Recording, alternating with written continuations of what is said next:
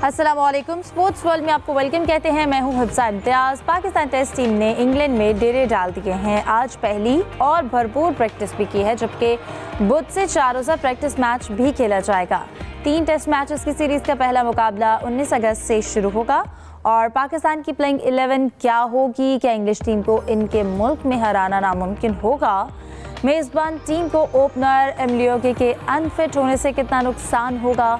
और इसके साथ साथ national champions cup one day tournament कल से मुल्तान में शुरू होगा। आज ट्रॉफी की रुनुमाई भी की गई है और कप्तानों ने प्रेस कॉन्फ्रेंस भी की है। इसके साथ साथ दी 100 लीग में दिलचस्प मुकाबले जारी हैं। उस्मान तारिक, अब्रार अहमद और फातिमा सना फैंस की तवज्जो हासिल कर चुके हैं। पाकिस्तान हॉकी टीम बेल्जियम और हॉलैंड में शेड्यूल वर्ल्ड कप में शिरकत के लिए वहां पर पहुंच चुके हैं। अब अगर ग्रुप मैचेस की बात करें तो क्या ग्रुप मैचेस में भारत, इंग्लैंड और वेल्स का मुकाबला कर पाएगी? और इसके साथ साथ एक दिलचस्प खबर ये भी है कि क्रिस्टियानो रोनाल्डो की शादी की अफवाह पर सैकड़ों मद्दाहों ने पुर्तगाल के एक जजीरे में चर्च को घेरे में ले लिया है। तो इन टॉपिक्स पर डिस्कशन के लिए मेरे साथ मौजूद होंगे जाहिद मकसूद साहब, मोहम्मद अस्कर सलीमी और सलीम खालिक साहब। आप तीनों को वेलकम कहती हूँ और उम्मीद करती हूँ आप लोग खैरियत से होंगे। आगाज़ करती हूँ, जाहिद साहब कहिएगा, पाकिस्तान ने अब इंग्लैंड में जो है वो डेरे भी डाल दिए हैं। एक भरपूर प्रैक्टिस जो है उन्होंने वो भी कर लिया और इसके साथ साथ बुध से एक 4 रोज़ा जो मैच है उसका भी आगाज़ होगा, जो एक प्रैक्टिस मैच है। क्या कहते हैं इंग्लैंड की कंडीशन में पाकिस्तानी टीम के हवाले से जो एक प्रैक्टिस मैच है जो 4 रोज़ा, वो और उसके अलावा कंडीशंस कितनी चैलेंजिंग होंगी? देखें, क्योंकि पाकिस्तानी टीम जो है ना, पहला मैच हारी थी वेस्ट इंडीज़ में और दूसरा टेस्ट मैच हम सब जानते हैं कि वो जीत गई। उससे टीम का यकीनी तौर पर मोराल भी बेहतर हुआ और काफ़ी दिन मिल गए हैं पाकिस्तानी टीम को। अभी 2 दिन पहले इंग्लैंड टीम पहुंच चुकी है और आज जैसा आपने ख़ुद बताया कि आज उन्होंने पहला ट्रेनिंग जो शेड्यूल थी उनकी, आज उन्होंने ट्रेनिंग भी किया 2-3 घंटे तक। कल भी प्रैक्टिस करेगी टीम और फिर एक 4 रोज़ा प्रैक्टिस मैच भी मिल गया पाकिस्तानी टीम को। और मेरा ख्याल काफ़ी दिन है 19 अगस्त तक वहाँ की कंडीशन से हम आहंग होने में। और हमारे बहुत से प्लेयर या कई चंद एक प्लेयर जो है वो तो इंग्लैंड की कंडीशंस को बखूबी समझते हैं, वहाँ खेल भी चुके हैं। दूसरी तरफ अगर इंग्लैंड की बात की जाए तो ज़ाहिर है उनके कैप्टन नो डाउट नए कैप्टन नहीं हैं, लेकिन एक दफ़ा फिर जिम्मेदारी जोर उठ के मिली है। और पिछली सीरीज़ जो न्यूजीलैंड से इंग्लैंड खेला था और हार गया था सीरीज़ 2-1 से, उसमें बेन स्टोक्स उनके कैप्टन थे। हाँ, अलबत्ता एक अच्छी खबर नहीं है, जैकब बटल उनके जो है वन डाउन बैट्समैन है वो पहले अनफिट हो गए थे और एमल्यू गे जो उनके ओपनर हैं बेन डकट के साथ आते हैं, वो अभी फिटनेस मसाइल का शिकार है। खेलेंगे या नहीं खेलेंगे, लेकिन अभी क्योंकि चंद दिन बाकी हैं तो अंदाज़ा होगा वो किस हद तक फिट हैं और टीम के लिए खेलते हैं। दोनों टीमों का अगर थोड़ा सा जिक्र किया जाए, पहले अपनी टीम का जिक्र करते हैं, क्योंकि मीडिया के ज़राए के मुताबिक हमारे जो खिलाड़ी हैं उन्होंने घूमे फिरे भी हैं लंदन में और इजी माहौल में उन्होंने जो रेस्ट था उसको खूब मनाया। उन्होंने इंग्लैंड भी देखा, लंदन भी देखा। तो जहाँ तक दोनों टीमों के कंपैरिजन की बात है तो एज तो होता है मेज़बान टीम को, विकटें उनकी होती हैं, कंडीशंस उनकी होती हैं और ऑन पेपर अगर देखा जाए तो बेहतर दिखाई देती है इंग्लैंड की टीम। लेकिन ऐसा मुमकिन नहीं है कि पाकिस्तानी टीम फाइट नहीं करेगी, क्योंकि मैंने बताया ना कि एक मैच जीत के भी टीम का मोराल अप हो जाता है। हाँ, अलबत्ता देखें ना, मोहम्मद अब्बास बहुत ज़्यादा इंग्लिश कंडीशन से मांग हैं, बल्कि इंग्लिश काउंटी ही खेला करते थे। कोई 3 साल तो पाकिस्तानी टीम में उनको चांस भी नहीं मिला था। खुर्रम शहजाद बड़ी नपी तुली बॉलिंग कर रहे हैं और स्पीड के हवाले से मोहम्मद अली हैं।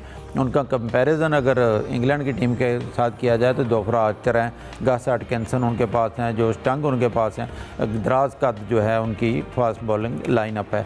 तो अच्छी सीरीज़ देखने को मिलेगी और यकीनी तौर पर पाकिस्तानी टीम की कोशिश होगी कि जब भी कोई सीरीज़ होती है 2 या 3 टेस्ट मैचों की, तो हर टीम की ख्वाहिश होती है कि पहला मैच जीतने के लिए मैदान में उतरे, बल्कि जीते। तो लीड्स की विकेट का अगर माजी का रिकॉर्ड दिया देखा जाए तो पाकिस्तान में टीम 5 या 6 साल के बाद इंग्लैंड का टूर कर रही है। तो लीड्स में जो आखिरी दिनों में पिच है वहाँ से डेंगले की, वो स्पिनर्स की भी हेल्प करती है। अब देखना ये होगा कि किस हद तक हमारी टीम मैनेजमेंट, क्योंकि हमारे बैटिंग कोच भी है उन्होंने भी ज्वाइन कर लिया, तो किस किस्म की टीम को मैदान में उतारते हैं और शान मसूद कहाँ तक फिट हैं। क्या सलमान आगा को बाहर बिठाने का जुरतमंदाना फ़ैसला लिया जाता है? और सऊद शकील नो डाउट आखिरी कोई ज़्यादा अच्छे मैचेस सऊद शकील के भी नहीं रहे, अलबत्ता उनकी फ़िटनेस में शुरू होगी, कहाँ तक वो फिट हो चुके हैं। सही। सलीम खालिक साहब, अगर हम बात करें ये जो 4 दिन का प्रैक्टिस मैच है जो बुध से स्टार्ट हो रहा है, ये कितना इम्पॉर्टेंट है? बिकॉज नेट प्रैक्टिस के साथ साथ इंग्लैंड की जो इस वक्त कंडीशंस हैं उसमें अगर हम सीम की बात करें और इसके साथ साथ स्विंग की बात करें, इनके साथ एडजस्ट करना कितना ज़्यादा ज़रूरी है पाकिस्तानी टीम का। प्लस ये कि अगर हम बैटिंग ऑर्डर की बात करें, बिकॉज हम इसमें बहुत ज़्यादा मुश्किल भी देखते हैं, तो स्टार्ट से अगर हम देखें तो ओपनिंग पेयर किसको होना चाहिए, प्लेइंग 11 कैसे एडजस्ट होनी चाहिए?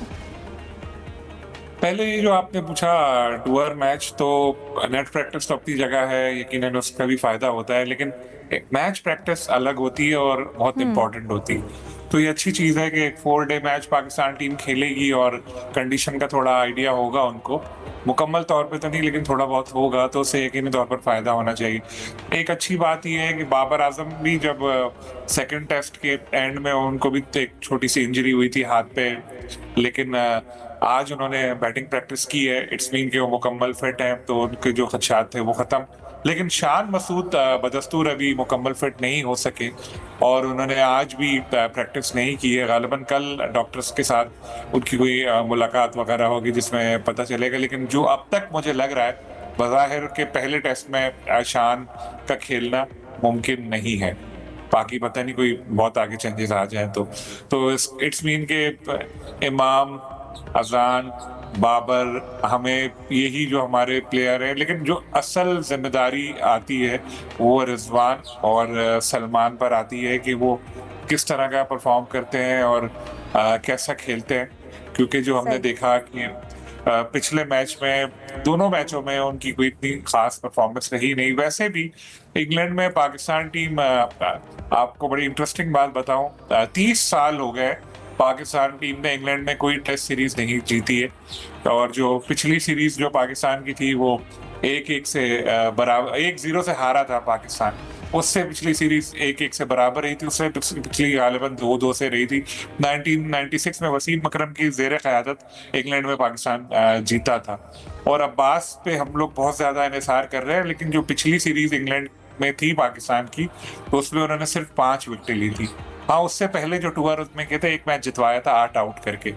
तो अभी देखना होगा कि अब कंडीशन से कैसे हम आहंग होते हैं और किस तरह से परफॉर्म करते हैं, क्योंकि माजी के रिकॉर्ड्स तो होते ही चेंज होने के लिए हैं, लेकिन ये कुछ इंटरेस्टिंग चीज़ें इसमें नज़र आ रही थी। लेकिन अहम किरदार जो है वो हमारी बैटिंग लाइन का ही है। जो हमारे बैट्समैन हैं उनको ही ज़बरदस्त परफॉर्म करना होगा।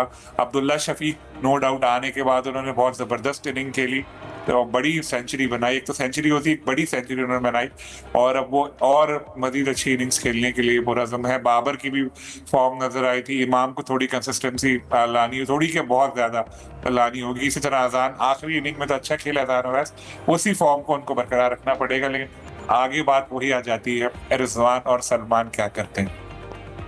सही। असगर सलीमी साहब, आप क्या कहेंगे? कुछ बोल्ड डिसीजन अब ले सकती है जो है सिलेक्शन कमेटी इस सीरीज़ के लिए? बिकॉज अगर हम इंग्लैंड की कंडीशन को देखें, वहाँ पर पाकिस्तानी जो बॉलर्स हैं उनका कंसिस्टेंट परफॉर्म करना कितना ज़्यादा ज़रूरी है, और इसके साथ साथ इंग्लैंड की कंडीशन को देखते हुए हमें 3 फास्ट बॉलर्स और एक स्पिनर के साथ मैदान में जाना चाहिए, या फिर 4 फास्ट बॉलर्स का कॉम्बिनेशन ज़्यादा इफेक्टिव होगा? आज ही अपना हिफ्ज़ा देखा जाए, हमेशा जो पाकिस्तान और जो इंग्लैंड है इनकी सीरीज़ हमेशा बड़ी दिलचस्पी का बाइस रही है। और अगर ट्रैक रिकॉर्ड देखा जाए तो इंग्लैंड का पलड़ा भारी है। स्पेशली इंग्लैंड जब अपने मुल्क में पाकिस्तान के ख़िलाफ़ जब भी खेली है उसने शानदार कारकर्दगी का मुज़ाहरा किया है।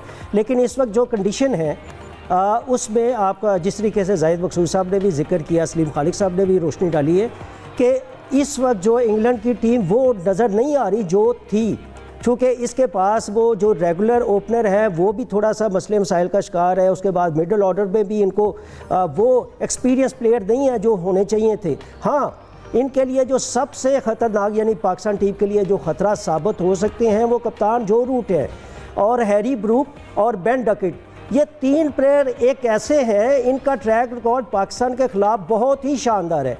आप ज़्यादा नहीं, मुल्तान टेस्ट 2024 में जब हुआ था, इंग्लैंड की टीम ने पाकिस्तान के ख़िलाफ़ रिकॉर्ड 817 रन 7 विकेटों पर किया था। तो इसमें आप ये देखें हैरी ब्रूक ने ट्रिपल सेंचुरी बनाई थी, बेन डगट के उसमें सॉरी जो रूट के 261 रन थे। तो बेन डगट की भी जो परफॉर्मेंस है पाकिस्तान के ख़िलाफ़ बहुत ही शानदार रही है। और ये जो बेसिकली जो है अपना जो इंग्लैंड आजकल जो क्रिकेट खेल रहा है, आपको पता है कि वो 20-20 और वनडे स्टाइल में खेलता है। तो मेरा ख्याल है कि इनकी इस मिथ को और इनकी स्पीड को तोड़ने के लिए जिस तरीके से पाकिस्तान ने वेस्ट इंडीज़ की दूसरी इनिंग्स में बड़ी जारहाना अंदाज में विकेटें भी बचाई थी।